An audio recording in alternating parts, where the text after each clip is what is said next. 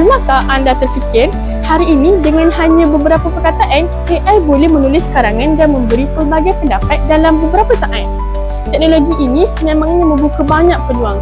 Namun jika digunakan tanpa bimbingan dan nilai murni, ia boleh memberi kesan terhadap cara kita berfikir, berkomunikasi dan cara kita menghargai orang di sekeliling kita. Malaysia Madani mengingatkan kita bahawa kemajuan teknologi perlu berjalan seiring dengan nilai kemanusiaan dan hormat menghormati. AI ialah alat yang membantu kita menjadi bijak, tapi adab dan empati perlu dipupuk oleh manusia sendiri. Jadi persoalannya, adakah kita yang menguasai AI atau AI yang mula menguasai diri kita?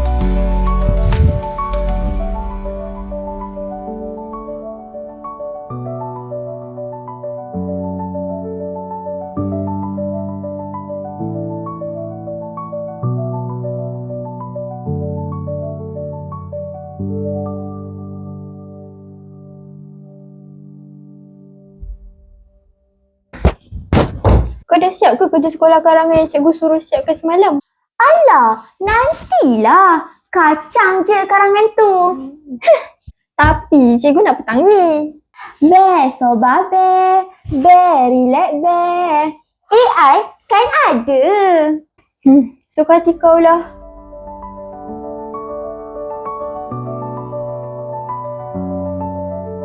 Yes, siap. Pada mulanya, semuanya kelihatan begitu mudah. Satu soalan dan jawapan terus siap.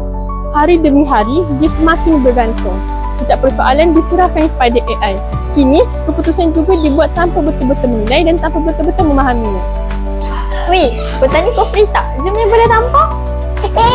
Sekejap. Bagi saya tanya ChatGPT dulu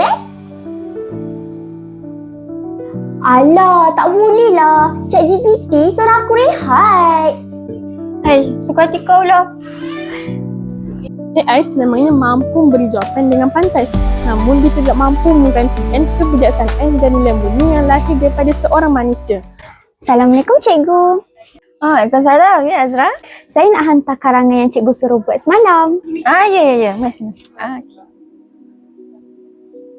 Dramatisnya ayat kamu ni. Kamu guna ChatGPT ke?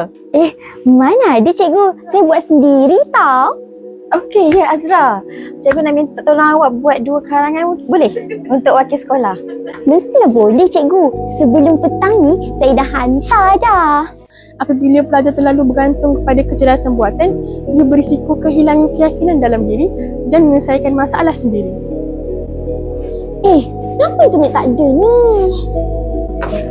Kau tak tahu ke? Setahu aku, internet sekolah ada problem. Seminggu kot. Seminggu?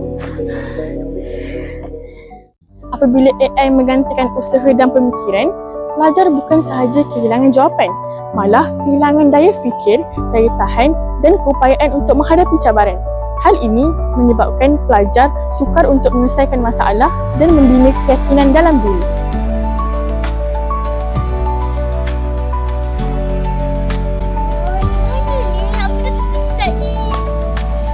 Gunakan AI sebagai alat membantu pembelajaran, bukan sebagai penentu kehidupan. Kerana masa depan yang sebenar bukan bergantung kepada teknologi semata-mata, tetapi manusia yang bijak menggunakan teknologi. Ingat, setinggi mana teknologi menjulang, akal budi tetap menjadi tunjang. Sekian, terima kasih.